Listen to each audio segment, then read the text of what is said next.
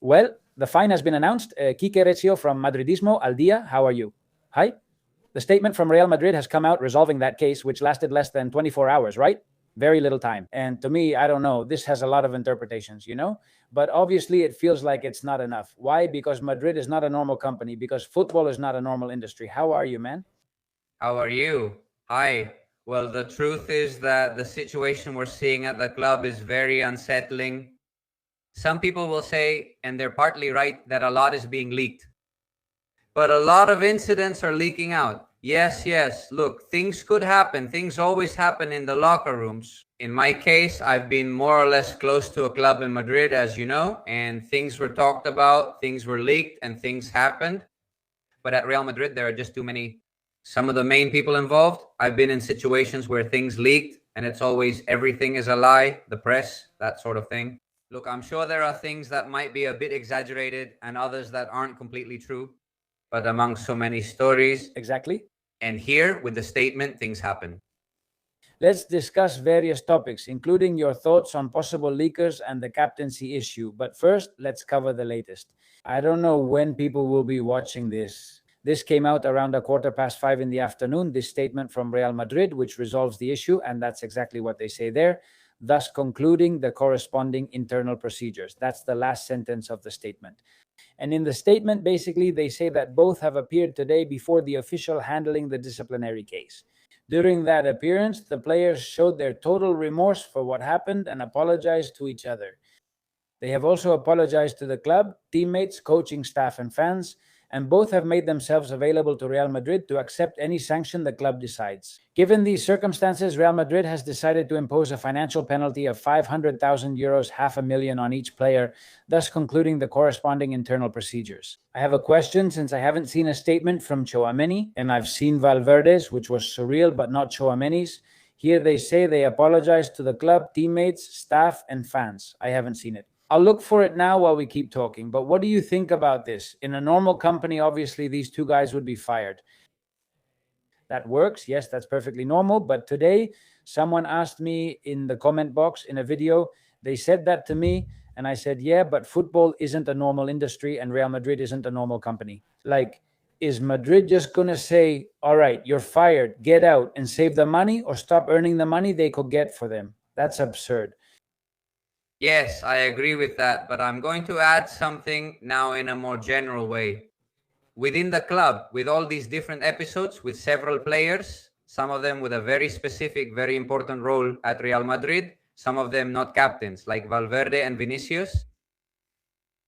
What I mean is that maybe the club is at a point where it should send a strong message that this may be for more than one person, but I think we are at a point. Miguel Serrano, after these 2 years now, where we've seen things with more or less leaks, we'll see from whom, but I think we're at a point where the club, I think, has to sell an important player. Yes. You know why? Everyone can fill in the name for themselves. To me, players like Vinicius, Valverde, for example, seem very important. Mbappe seems very important to me. It's impossible for Mbappe to leave because he's a player who just arrived and the situation makes it impossible for him to leave. But I want to ask you about Mbappe and him laughing as he came out of back-to-back training sessions. Yes, of course, his public image and so on. But I think we need to start considering selling a sacred cow, a captain, a very important player, because that message resonates in both directions. It resonates in the locker room as a warning to be careful with what you do, because even one of these guys, very important players who leak things, could leave, and also to the outside, to those who might come, because important players will come in the future. We'll see in the summer or not, but players will come. So you have to send strong messages. Is this message of 500,000 each in fines enough? Well, right now, as of today, May 8th, maybe yes. But in the medium term, looking ahead to summer with the World Cup coming up, I would seriously consider some sales, because it's time to start taking the locker room seriously. And beyond the fact that I think we need a Mourinho, a firm hand, a karmic cycle, and all that, the main person responsible here, I've made a video about this, is the president. The president has allowed the coaches to be eaten alive. Totally, totally. Look, today Kroos with his brother on his brother's podcast. They'll call Tony Kroos not a real Madridista too. Well. Of course, they're telling me, like, why Tony Kroos is also not a real Madridista. What? That Tony Kroos is also not a real Madridista. It's incredible. He criticizes certain players. Exactly. Exactly. I posted a tweet saying we need smart people back in the locker room. With what Tony Kroos said, right? Now we're talking about what he said. Well. But of course, in the end, the ones who reply to me are mostly Vinicius fans. And you say, but let's see, when have there ever been fans? You might have liked Juanito back then. My idols were Hugo Sanchez and Michel, but I've always been a Madrid fan. We've discussed this a lot, unfortunately. It's just how being a football fan is now. Recently, when the Paula Badosa story came out, it was like, I used to be a Barca fan, and then I became a Madrid fan after that semi-final against City. I thought many people are probably cheering for this. It was Paula Badosa, a smart girl and all. And I criticized it because I said, that's not... It's a transformation, of course, yeah. It's a TikTok football fan thing. Like, oh, now I'm a fan of this team because I think... Because of a player you like. I become a fan of a team because I really like this player. Hey, that's great. But of course... Exactly. So what I'm saying is, what Kroos said is, Luis Enrique took off the best player in the world in a semi-final because he's a gold medal slacker. Dembele in a Champions League semi-final. In the 65th minute, he accepted and shook his hand, unlike others. He didn't make any protest gestures on the field like others who think they're the stars of their team. It's true that back in the day when Kroos was asked about Vinicius coming off the field and all that, he downplayed it a bit, to be fair. He said, well, of course, anyone can be upset. And we've seen Kroos upset too when being taken off by Ancelotti. In fact, in the Champions League, they substituted him in the match at the Bernabeu. When Madrid was down 3-0 or 1-3, I don't remember, 1-3, 3-0, things were really bad. Kroos leaves the field with Mendy. Both of them leave. I think they're the ones who leave. And Kroos, well, of course, he didn't take it very well, but nothing like other players, by the way. Nothing like that. No, of course, come on. But the thing is, I mean, Kroos, we were losing 2-0 down in the 72nd minute. Kroos left asking why and so on. Okay.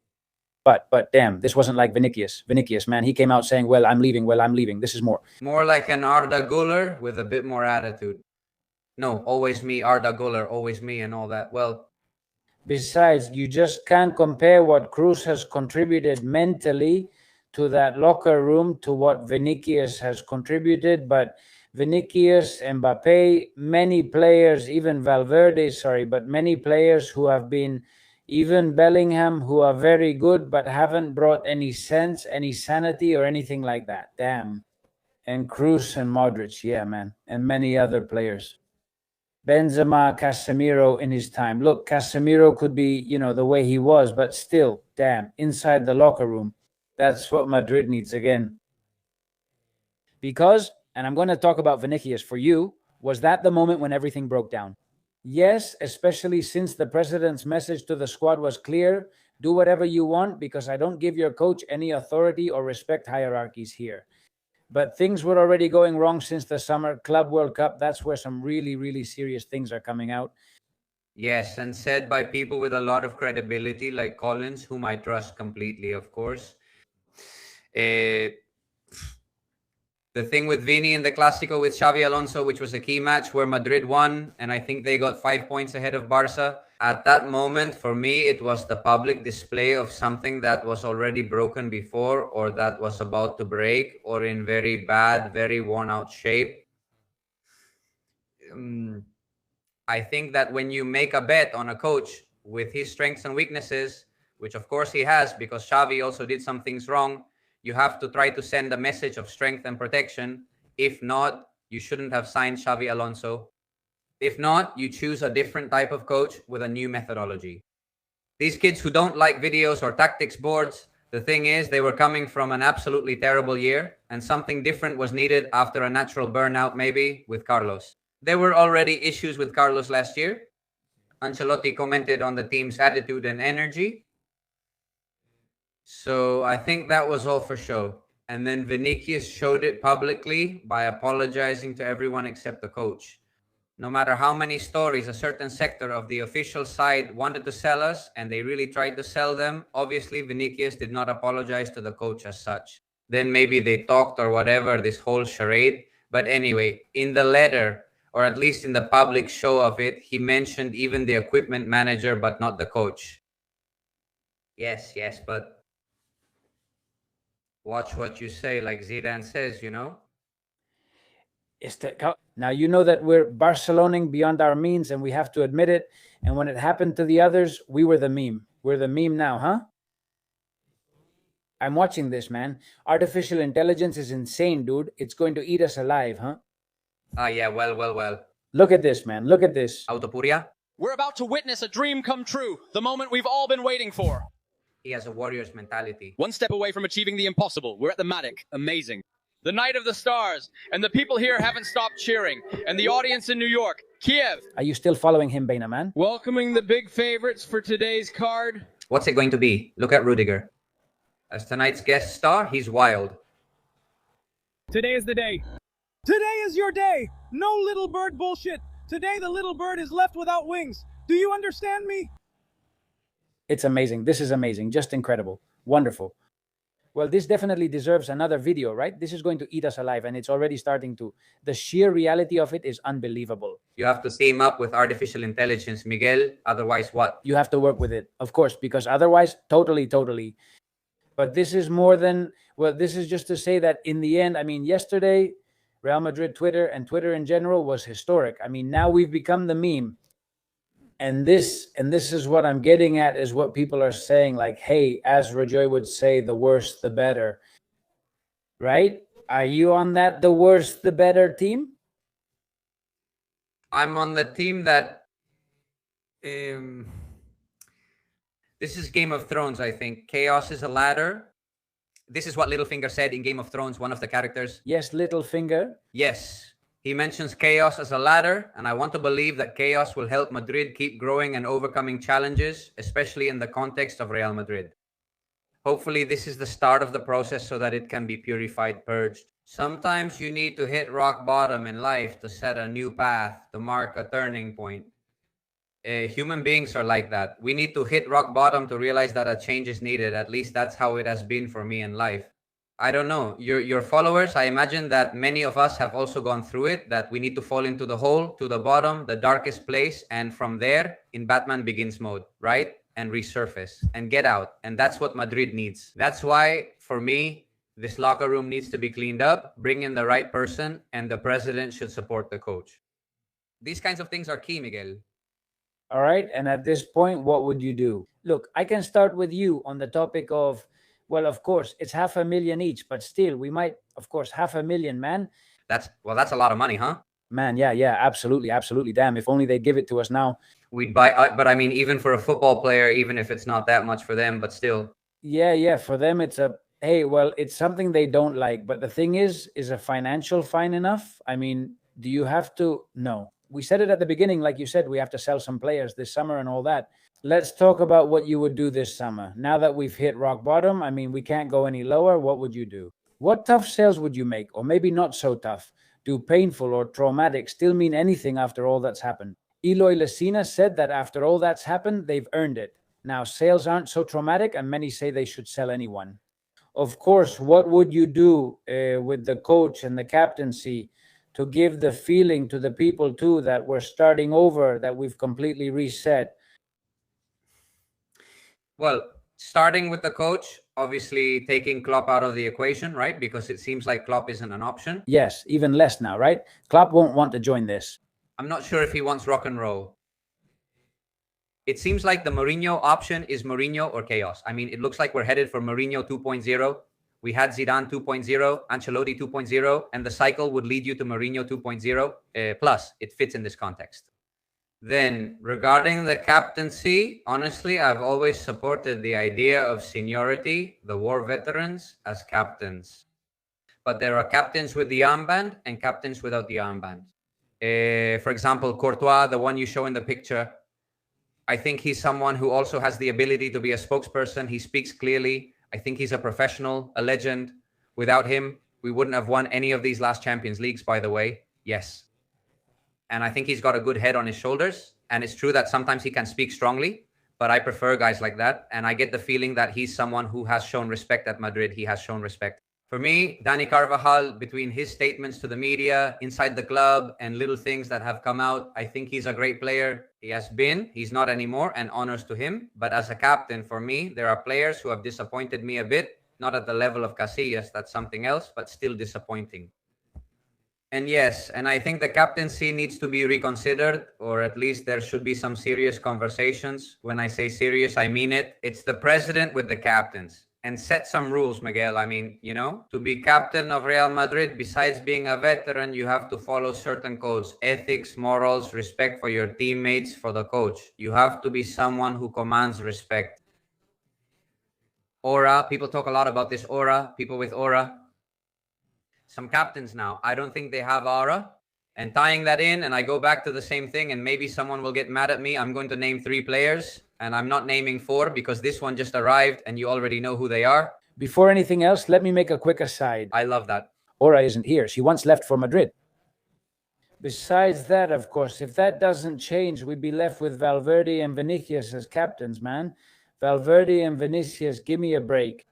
Vinicius and Valverde have contributed a lot to Madrid, but one has proven he can't be captain and the other is too nervous for the role. Go on. We're discussing the captaincy. Vinicius and Valverde have been and remain excellent players who have contributed greatly. But for me, obviously Mbappe, who is in the untouchable category, you can't touch him. But for me, out of these 3 players, one has to go. Between Valverde, Vinicius, and Bellingham,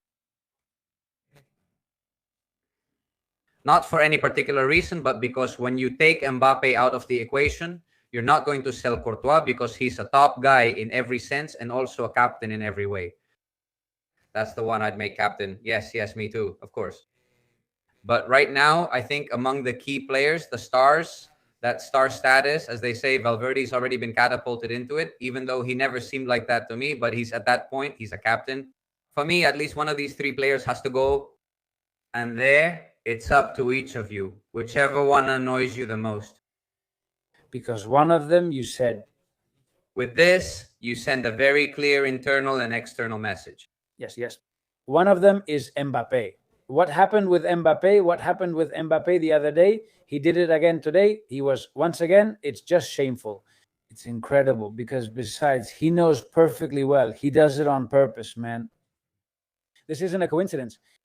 When you're a player for Real Madrid, look, I always say it, it's the best job in the world.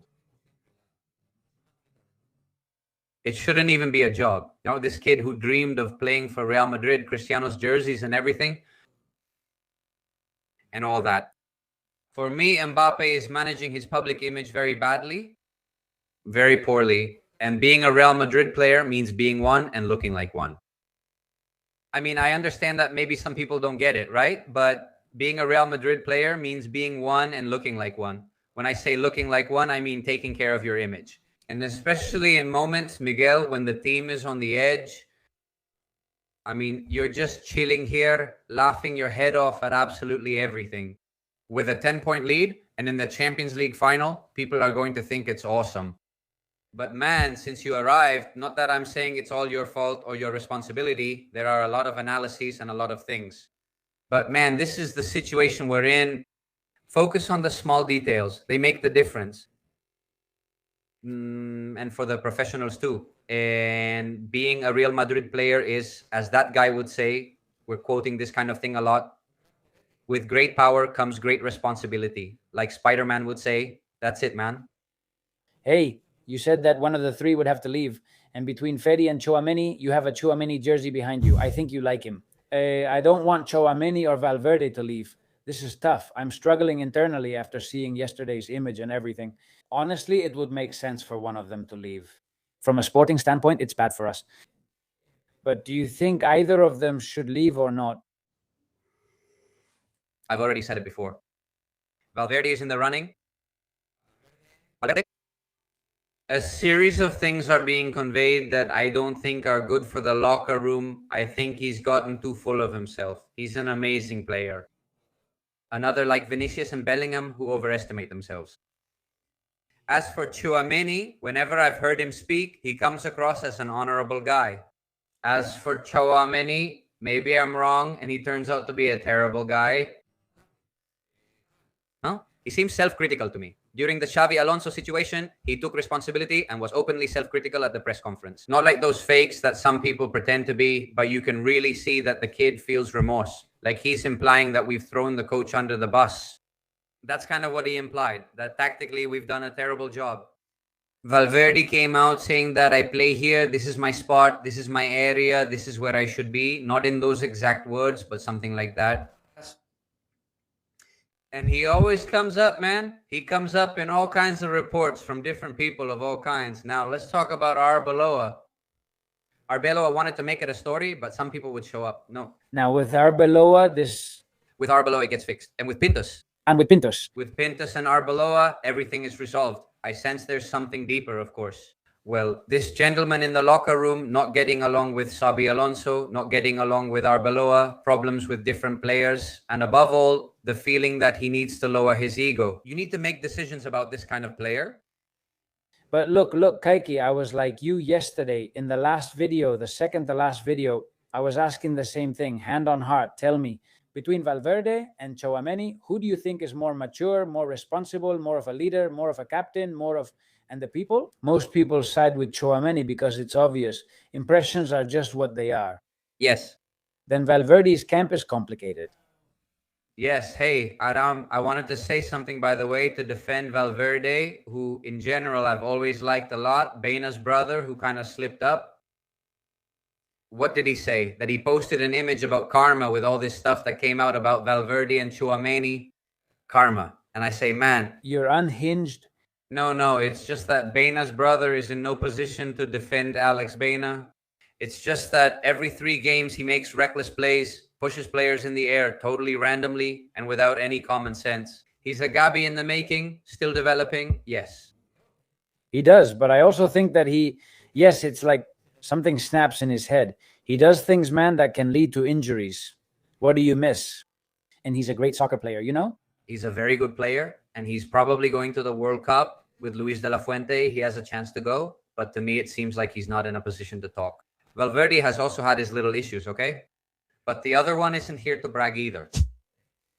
But what I'm getting at is, you say, well, Tchouaméni seems like an honorable guy, a calm guy, but even the calmest guys lose their patience. Iñaki Angulo said this morning that he's convinced there was one hell of a slap. And for me, the table thing sounds like an excuse, because after that meeting with Carvajal, with Haas and so on, I think they talked about it there. Hey, let's make sure nothing serious comes out of here, because also this could have consequences beyond just the sports or the sensational aspect that it has for the media and so on.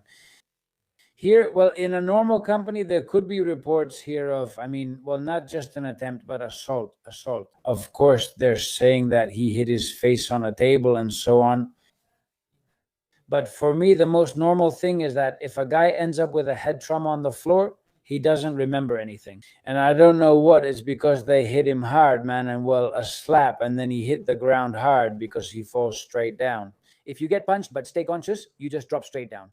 And it sounds more like that to me than anything else, without really knowing for sure. And that would mean for Tchouaméni, no matter how good a professional you think he is or not, that's incompatible with staying at Madrid.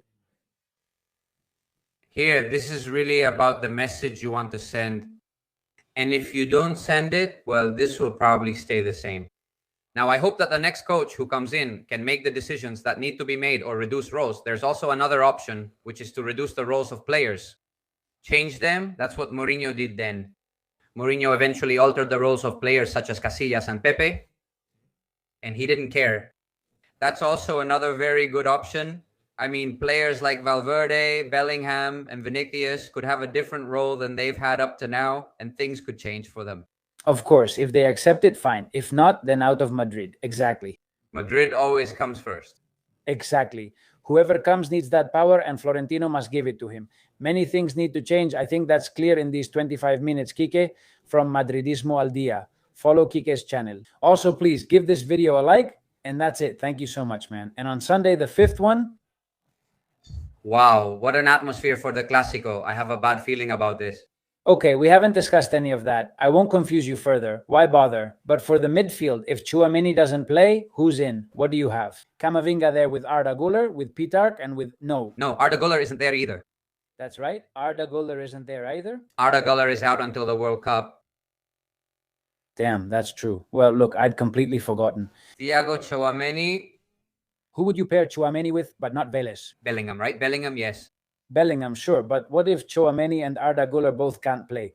No. And Valverde can't play either. But who plays there? Things are bad. Ceballos. Ceballos, yes. What? No, Ceballos isn't going either. They say Ceballos won't play any more matches. Of course.